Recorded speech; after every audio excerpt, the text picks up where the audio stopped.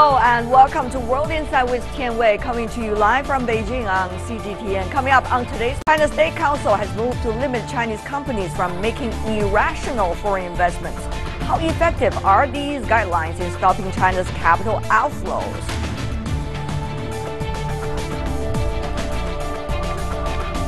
Overseas summer camps are now all the rage with Chinese students from middle-class families and above. But are these trips beneficial to their education or just an expensive holiday?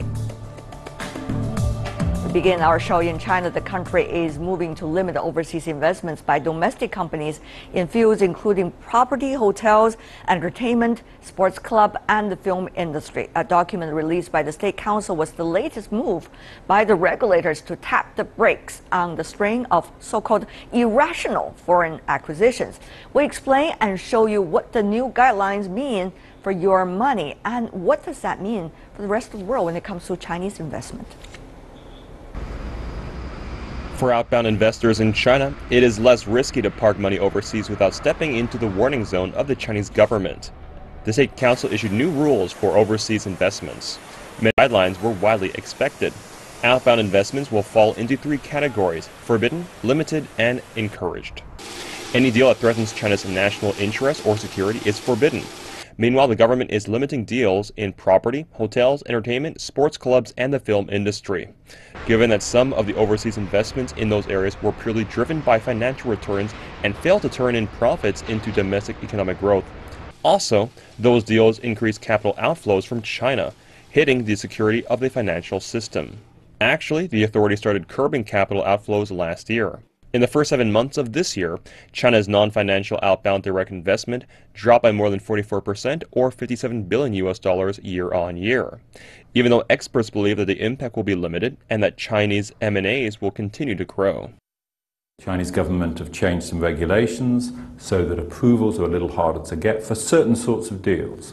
Strategic deals, deals of reasonable size, being done by fully fledged companies that want to move into similar or related areas, those are generally acceptable. So I think for us, we don't see it as a slump, we definitely see it as a slight slowing down, but even now we're beginning to feel that we're through it. The green light is being given to investments in line with the Belt and Road Initiative, and those conducive to the country's industrial advancement. That means that capital from China will continue to pour into high-end industry, energy, and agriculture. Financial firms also can continue their overseas expansion plans. There is still a blacklist, though, a list that marks domestic firms that violate the new overseas investment rules. So what exactly is the deal on China's latest regulation on overseas investment? We turn to our panelists joining us right now. We have Professor Liu Baocheng, Dean of the Center for International Business with the University of International Business and Economics here in China. Welcome, Professor Liu. Also joining us in Stockholm, we have Mike Bastian, professor at the University of Southampton. He's joining us now from Stockholm. Welcome as well. And we'd also like to introduce to you David Dollar in Washington, D.C., who is a senior fellow with the Foreign Policy and Global Economy and Development Programs at the Brookings Institute. Well, for now, let me go to you first, Professor Liu, about the latest development. What do you make of the real meaning behind this new regulation about Chinese overseas investment? I think that there's general fear among the policymakers over two major issues. Number one, there has been a dramatic reduction of the Chinese foreign exchange reserve, which is really made uncomfortable for the policymakers. Number two is that a number of Chinese investment overseas has caused adverse impact in terms of the environmental issue, in terms of a labor issue, and also those businesses that are not really related with the Chinese development strategy. So that's really provokes the government to take a very radical action actually against such sort of behavior. Well, that's the Chinese perspective. What about from the other direction? Let's go to Mr. Dollar from the United States. Mr. Dollar, of course, has been serving in the World Bank several years in China, knows the Chinese situation. Mr. Dollar, what do you make of the so-called ban, restrict, and encourage different levels of policy in terms of foreign investment? So I think the Chinese government has two objectives. First, they're trying to limit the overall outflow of capital from China. They want some capital outflow, but they don't want it to be too big. They don't want it to push down the reserves and push down the currency. And for the last 6 months or so, the reserves have been pretty stable and the currency's been stable. The second thing they're trying to do is manage the composition of the outflows. So they don't want Chinese firms and households to be buying real estate or sports clubs or hotels. You know, they want to direct the capital outflow into high-tech sectors, natural resources, and the Belt and Road Initiative. All right. Well, 2016 was a record year of overseas spending for China, but in the first half of this year, Chinese investment in other countries plunged already as a result of some previous policies. 46% according to the Chinese Commerce Ministry. The drop was even sharper, more than 80% in the industries the government is now targeting, you know, for example, real estate, hotels, entertainment, and also movie industries, and etc.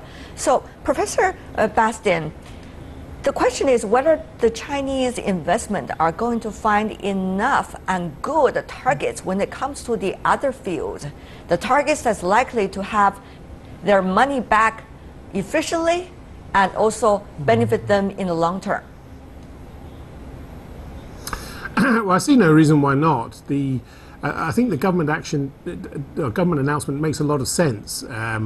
Chinese industries going international is still in a fairly early stage, and overseas acquisitions, cross-cultural issues, I mean, 6 out of 10 fail for very obvious reasons. So I think with government help, I think that's what we're going to see. The government are going to help Chinese companies target the right sectors, so obviously energy, clean energy, and I see no reason why that can't work very, very well. Often the leaders of these Chinese companies that have gone overseas quite spectacularly have gone on what is really perhaps no more than a shopping spree, and that does concern the government. It's not just about capital outflow. So I think government support will help Chinese companies target sustainable growth in a very strategic way, and not look for quick kills and reckless acquisitions, which have happened.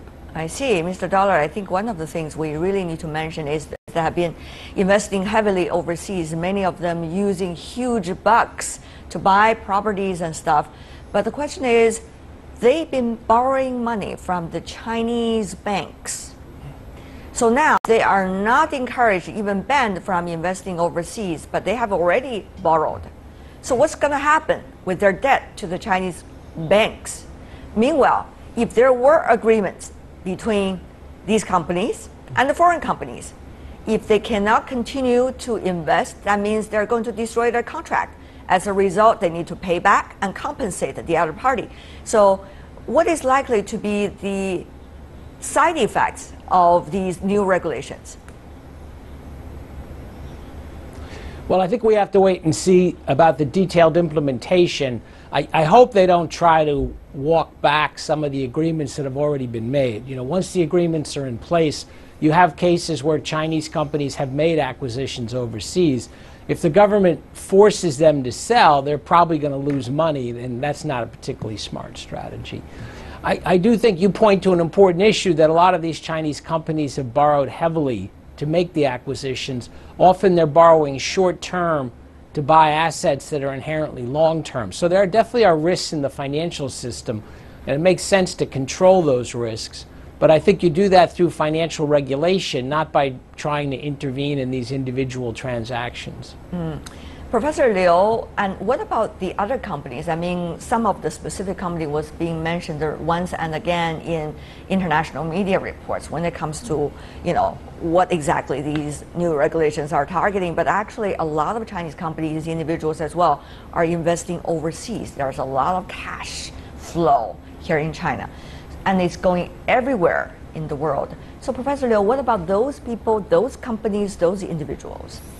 Well, basically, there are two categories of overseas investment from China. The first category would be strategy investment or policy-driven investment, and those are really targeting the resources that are really needed, particularly those energy part.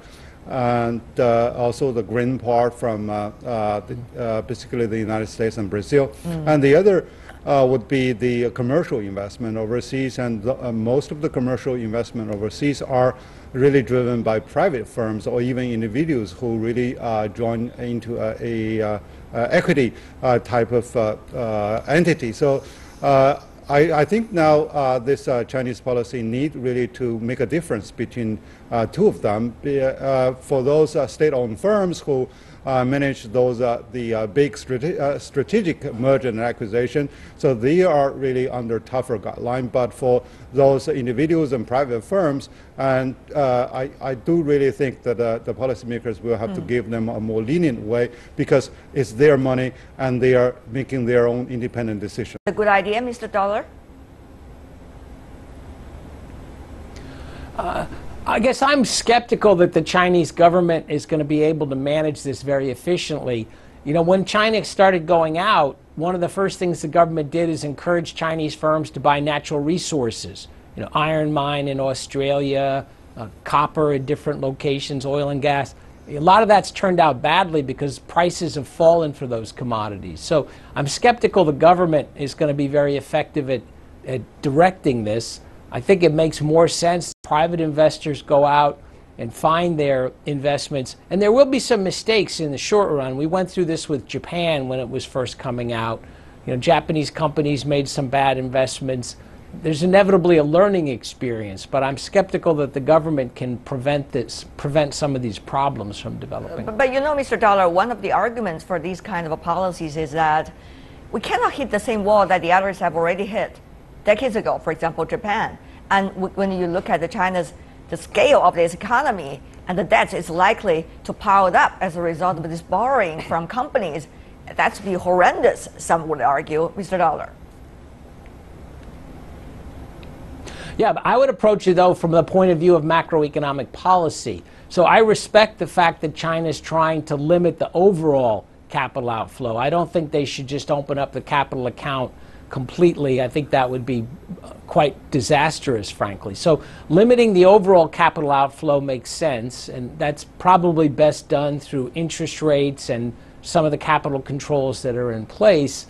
And I think financial regulation is critical. This issue of firms borrowing short-term, buying long-term assets, that's very risky. Whether they're doing it in China or they're doing it internationally, that's very risky. So I would go after the financial risks. I would keep the capital account managed, but I'm skeptical that trying to control the individual transactions is going to work well for China. All right, Professor Bastian, your view here. Obviously, the scale of everything when we're talking about China does prevent the government from being too hands-on, but I think they'll be very selective, and I think they will publicize their role. So I think that they will have an influence. And I think the point that was made about Japan and MITI, the Ministry of International Trade and Industry, I think what the Chinese government are probably going to do is follow the role that MITI played in helping Japanese companies not just expand internationally, but expand in a strategic way, target certain sectors, obviously electronics, consumer electronics, engineering, and build a base internationally, a step-by-step market penetration plan. So I think it's going to be a very nurturing, facilitating role, and I think that the influence could be quite significant. So I welcome this announcement. Mr. Liu, Professor Liu, does it make sense? Well, absolutely. I think now the government really need to play a tougher hand in dealing with the emergency, which is really transitional. But the soft hand part would be, to give more of the information, to offer more of the guidance for capacity building for those both state-owned firms and private firms. And also the government can also weave a more macro type of environment by building and updating more of the investment, the protection treaty, double taxation issue, so that so that they can really make a more wise and more informed decision instead of repeating the mistake that Japanese made 20 years ago. Well, different from what the Japanese did decades ago is now in this regulation, there's also one part that is dealing with so-called encouraging industries and also enterprises, individuals to invest. That is about the Belt and Road Initiative. Namely, it is an initiative coming originally from China, and it's talking about countries in Southeast Asia and also in Eurasian area, going to Europe, also Africa be part of it, even some talking about Latin America. The number of countries involved is not yet clear at this point. It could be very much expanded. So, Professor Bastian, do you think this kind of long-term investment, which is infrastructure, what it's all about, will be able to attractive enough for investors, particularly not just as the state-owned, because they need to follow what the government guidelines are, but also private ones, individuals as well? Yeah, yes, I do. I think the government, what we'll see from the central government, the Chinese central government, is that they will be encouraging private investment and private sector entrepreneurs. That's very much a central plank in their strategy.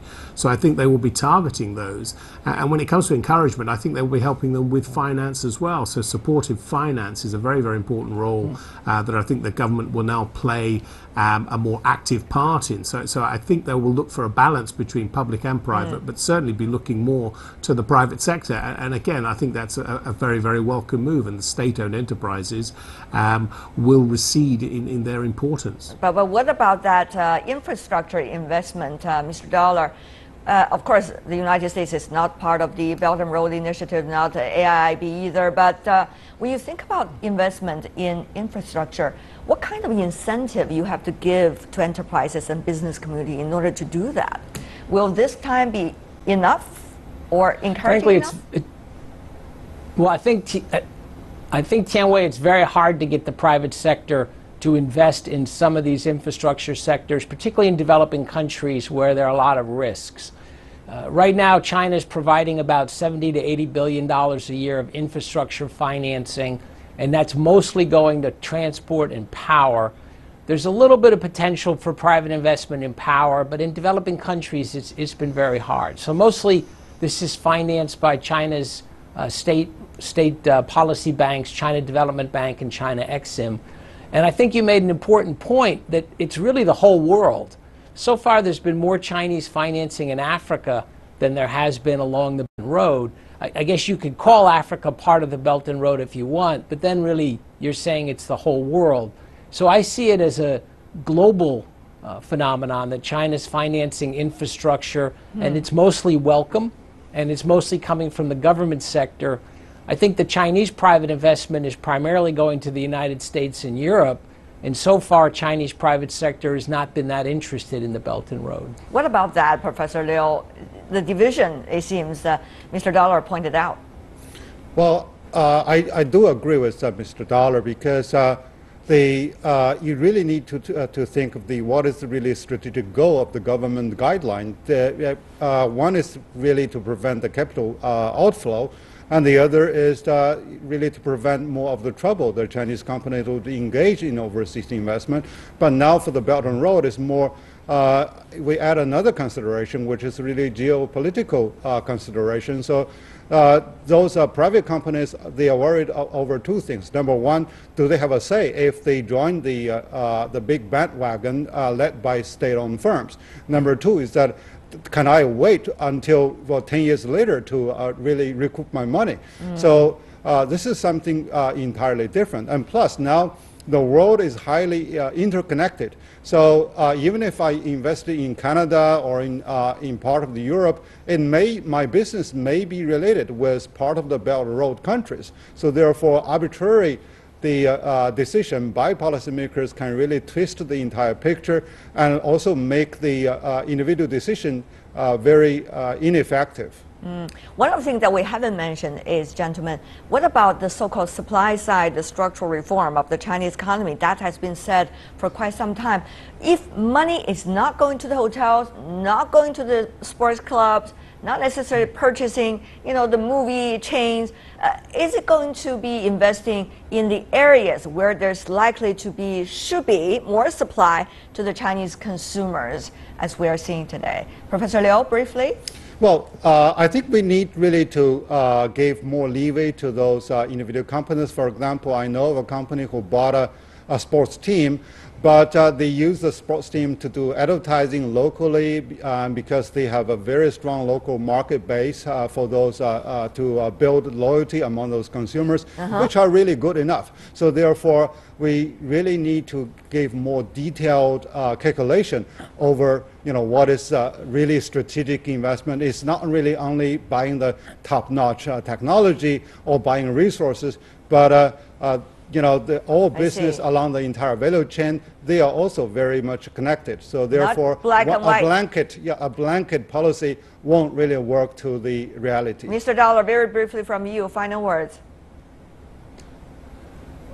Great question, Tianwei. I do think that part of the pressure for capital outflow from China is that there's a lot of excess capacity in the old sectors in China, and it would help to open up more of the economy for new sectors, social media, entertainment, financial services, create new investment opportunities. As you say, if they don't want the capital to go buy sports clubs in Europe, then it'd be good to have more opportunities in China for private investment. I see. And Professor Bastian, final word as well. Well, I think I echo the sentiments that have been made. I think that the government will make it more attractive for private investment and private entrepreneurs to invest in these strategic industries, and that can only be a good thing for a more sustainable growth model for China. Mike Bastian, David Dollar, Liu Baocheng, thank you so much, gentlemen, for joining us. And now probably we know better where we should put the money. Well, you're watching World Insight with Tianwei on CGTN. Still to come on our program. Overseas summer camps are now all the rage with the Chinese students coming from middle class and above. What can these trips really give students a leg up when they go back to school? Really?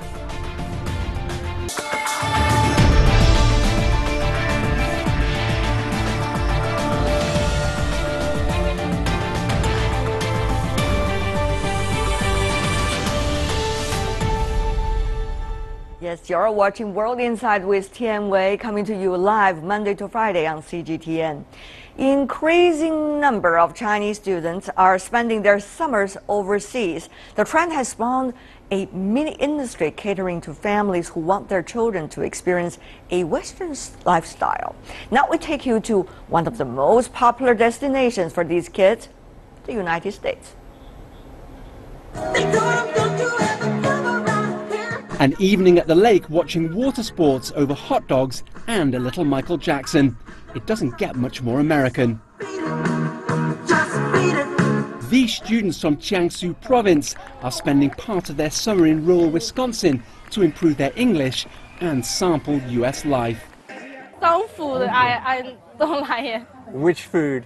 Such as cheese. I don't like cheese. Yeah.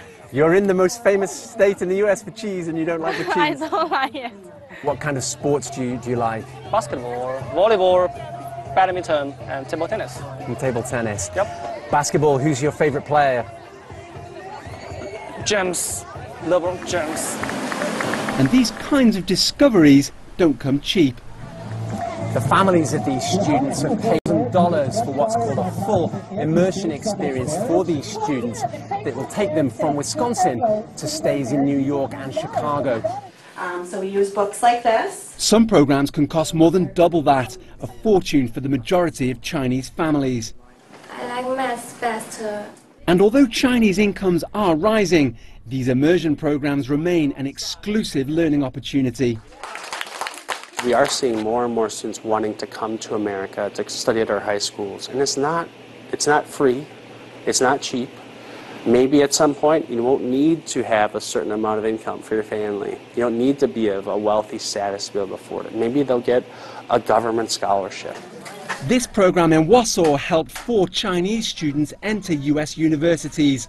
And there's pressure to follow in their footsteps because it includes passing the necessary exams as well as mastering English. I think it's very difficult. Yep. And if I want to enter a college in the USA, I think I will try my best. I want to work in JP Morgan. Yeah, it's difficult for me. For most of the Chinese, it's difficult. Yeah. Though the future and its challenges can wait while these students soak up the moment. Owen Fairclough, CGTN, Wisconsin. Oh, they seem to be enjoying themselves. For more discussion on China's overseas holiday camp tours, we are joined in our Beijing studio Mr. Wang Shi, who is an academic principal of Beijing Kaiwen Academy. Mr. Wang serves as the assistant to the principal at the Tsinghua University High School. Welcome, sir. And also in Washington, D.C., we have Rick Dunham, co-director of the Global Business Journalism Program at Tsinghua University. Now, Mr. Dunham is really on his way, leading a group of Chinese students of Tsinghua University to a summer journalism training program. Welcome to both of you. I guess you both have some really personal experiences about summer camps, leading students from China to the United States. Mr. Wang, do your students enjoy it? Yeah, it's really enjoyed it. It's like the students really believe that they can master some things, they can get something after the trip, after some kind of immersion program like the summer program in the States. And you lead them around the United States to every well-known academic schools and things. Yeah, not only just like in the States, but also some other countries as well. So such as UK, you know, it's like it's a topic, very heated discussion here right now. So yeah, they really enjoy and always showing them around. Maybe sometimes it's just one specific school and like a summer program. Maybe sometimes just like, sightseeing as well as like, the language, summer camp. So I'm sure they're going to enjoy it. Whatever can get them away from the worrying parents would be a good thing. Yeah, that's right. Yeah. What about you, Mr. Dunham? You lead your students to many of the well-known universities in the U.S., even going to the Congress and going to different kinds of news organizations, given your guanxi in the U.S. and here in China. Yes. So how do your students like them? Well, I think it was very successful.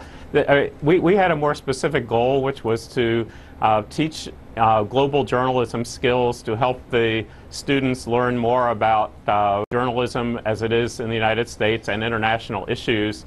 Also, it was a chance for them to practice English language writing. They actually did intensive work as well. So. Yes, it was a chance to meet with prominent journalists, to see the National Press Club, to see Capitol Hill from the inside. But it also was a real study opportunity to study journalism and to study the international issues that they're going to be writing about, most of them in China for Chinese journalism organizations down the road. That's right. Well, it's already mouth-watering just to watch some of the photos we shown earlier on the screen, some of the places they go, including CCTV America, I guess. But having said that, exactly, a lot of these summer camps, we have to say, I'm not sure whether it's yours, but certainly quite expensive according to the average income of the Chinese families. So, Mr. Wang, it seems that the Chinese families are really willing to spend quite some fortune in order to get the kids there. Well, yeah, I mean, it's like some programs really expensive. Some are maybe a really nice bargain, but the parents' problem, they do not have enough time to check which one is maybe worthwhile for the students, for the family. So sometimes they just like to pay some money for saving the time and the energy to look through on the website and so on. So we know that some programs are very worthwhile, even if it's expensive, because they need a lot of resources. But some probably just like for some businessmen to take advantage of this kind of. That's right, but here comes the dilemma. That is, does it mean only kids coming from relatively better off families will be able to have exposures, like going to an overseas summer camp, which would also give them an advantage of getting how to be better enrolled and bigger chance to be enrolled in some of the best schools and universities around the world. Mr. Wang, you're an educator yourself. What do you make of this so-called equality access issue? Well, it's a very nice question. I mean, generally speaking, yes. I mean, the students who get the more resources, definitely they can be more easily to get used to the life and also more stuff before they go to the States. And also they probably got some chance to look, have a tour in the campuses of the university and colleges. They probably give them some understanding about what is the students, the college and the university that are fit for them. But some students probably they have no chance to go overseas. They just do something online, maybe also, reading the books to know what the schools they are going to apply for. So it's a kind of a gap. But I think also more programs, not just for the academic and also the college application purpose. So for the soft skill, cultivation for the students, I think maybe that is not that expensive because they don't have to travel around. They probably just in one summer school, and also they will learn. Is there likely to be a gap? Mr. Dunham, you are not only an educator now of journalism, but also a journalist yourself. What do you make of that? Right. I think you're right, and I felt this experience personally myself in the 1960s, 1970s in the United States. I had classmates who were going to England, to France, to Italy, to Spain to study, and I did not come from a wealthy family. I couldn't do it. I mean, I worked extra hard. I got into the good university, but I understand it's a problem, and that's one of the reasons my program was not created to make money, and I really kept costs down. I mean, friends volunteered their time, and my whole goal was not to make money, but was just to raise a little bit of money so we could bring in international journalists and academics to help train our journalists in Beijing at the Global Business Journalism Program. So I kept the costs as low as possible because it is a problem, and people who are not middle class cannot afford it, and it's too bad. That's right. The other argument is, many of these kids, they grow up in some of the biggest cities in China. Some would say they don't even know China very well. Why would they need to travel so much around the world in order to get a glimpse of what the world is about? In fact, they could just try to understand China better. What do you make of those arguments? Mr. Wang, let's have you first.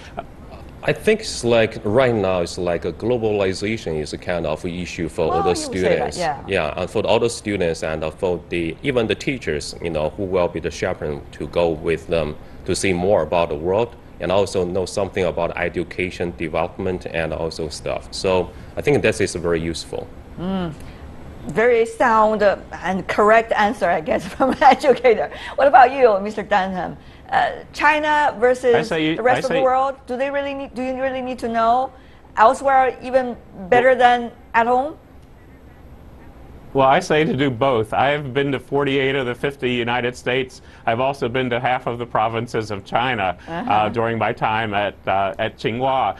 But I do think that, especially if you are going to be reporting on the world, it's good to experience some of the rest of the world. It's good to see other cultures. I've gained so much by working in China, living in China. I've gained understanding, and I think for somebody who's going to be covering international business or being involved in international business, it's good to see that. But I am a big supporter of seeing your own country and learning the diversity and the greatness of everyone's own country.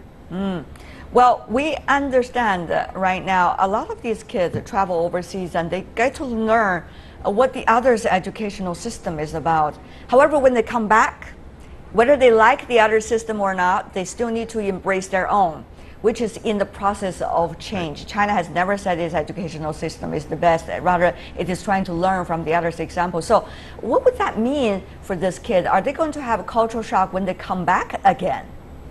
Mr. Dunham. Well, I think it may be different at the primary school, middle school level, and my students were graduate students and undergraduate college students. So I don't think they would have the culture shock. I do think it would be different. The way you learn in the United States in primary school and secondary school is different than China. But I think you're not coming to the United States to say this is a superior system. You're learning about different cultures and the way things are done differently, and take the best examples from it, take the best practices, but don't say this is the only way, or just because it's different, it's a better way. That's true. The number of Chinese students attending overseas holiday camps, in fact, have been rising constantly. Yet their age is getting ever younger. That's an interesting phenomenon, too. A report released by China's largest online travel agency says that among all students signing up for overseas holiday camps in the first half of 2017 this year, middle school students comprised around 49%, high school students around 24%. China's second largest travel agency also released the similar findings. 40% of overseas travel campers are middle school students, while primary school students comprising up to 35%. Ever-changing percentage, isn't it, Mr. Wang? What do you think about this ever younger group of Chinese? You think about Chinese students going overseas at the very beginning, end of Qing Dynasty. Those were kids like really, really young. And now we are seeing an interesting tide of that again. But totally, the society has changed. Mr. Wang, what do you make of that? Well, I think maybe the parents probably they need their kids to explore more. And yeah, just like come back to the former questions. Yes, I think the students they need this kind of access to the outside of the world, and also they can they can tell the difference, and also they will have their own, independent thinking and the critical thinking. Probably that is also the parents' emphasis right now. Really, critical thinking? Only traveling overseas for 1 month? No, better skills? No, it's like the parents believe their kids can see more, and also they will notice like some difference. They will see that is the thing maybe different from what their parents or some other friends tell them. So they probably will think about it like after they come back. And also, I think the summer program is not just for the students to explore. I think maybe the parents and the teachers can do some work before and after this summer program. It's like they need some guidance. But we cannot expect that all the students can make their judgment after one trip overseas. Right. Just think about it, Mr. Denham. I mean, when you travel, when you get a chance to travel overseas at a very young age and see things very differently from home, that is going to be something very significant in one's life. And that could be quite, long-lasting in a way, Mr. Denham. I agree completely. When my oldest nephew was 11 and his sister was 10, I took them to Iceland from Washington, D.C. And it began a lifetime of international travel for them. And my nephew went to college in Switzerland. He had summer jobs in Africa, and now he's working for a startup in Africa. I mean, he's become fluent in French and Italian and native African language. So yes, I really agree with that. It opened his mind, and he is a child of the world now, an adult of the world. Well, when we talk about the overseas camps, it is only a very small part of the ever-changing landscape of Chinese educational system. Mr. Wang, you know this better than probably any of us here today. That is, there are those who are educated and willing to be educated throughout the Chinese system. And there are also those at the very middle of their education would rather change the channel of education. They want to get education overseas. So it seems that there are two very different camps of young people growing at very different directions. Mr. Wang, what would all of this mean? And this, of course, summer camp is only a small part of it. Well, this is probably we should know that we should offer more choices for the students to choose. Because like we know the students, like human beings, are diversified. They are individual persons. They have their own personal interests. They have their own personalities. They have their own, dreams. So like, we cannot say, hey, this is not good. It's just like stay here in China. Also, we don't think so. We don't think that all the students should go overseas to pursue their education. The fit is the most important thing. All right. And Mr. Denham, some say Chinese students are cash cows for the American universities and schools these days. What do you make of the desire to go there and also the desire to accept? But will they be for long good for the students, Mr. Denham? Well, I'm afraid the point is right, that a lot of universities in the United States like to accept Chinese students because they pay full price. They don't get the scholarships. they're top students. I mean, they're very good students, and they get the maximum amount of money. Now, I think that you separate that from the experience that Chinese students get. I think that students are getting very good educations, whether it's in the United States or in China. But I think if it's a fad, the fad will fade. But I do think that there's an advantage of going to school or having experiences internationally. It helps you grow wherever you end up working and living. Right. I guess we all have those experiences, experiencing a very different culture, and that's going to be really enriching in life. Thank you so much, Wang Shi and Rick Denham. Really appreciate it. And that is all the time we have for today. If you'd like to see more, try to find us. Find our website or type World Insight CGTN in your search engine. Follow us on Twitter, Facebook, and Sina Weibo as well. Find us on our YouTube account as well. From me, Tian Wei, and everyone on World Insight team, thanks for watching, and tune in again next time for insights across China and around the world. And before we go, check out this video of solar eclipse that crossed the U.S. on Monday. Have a great weekend. Have a night.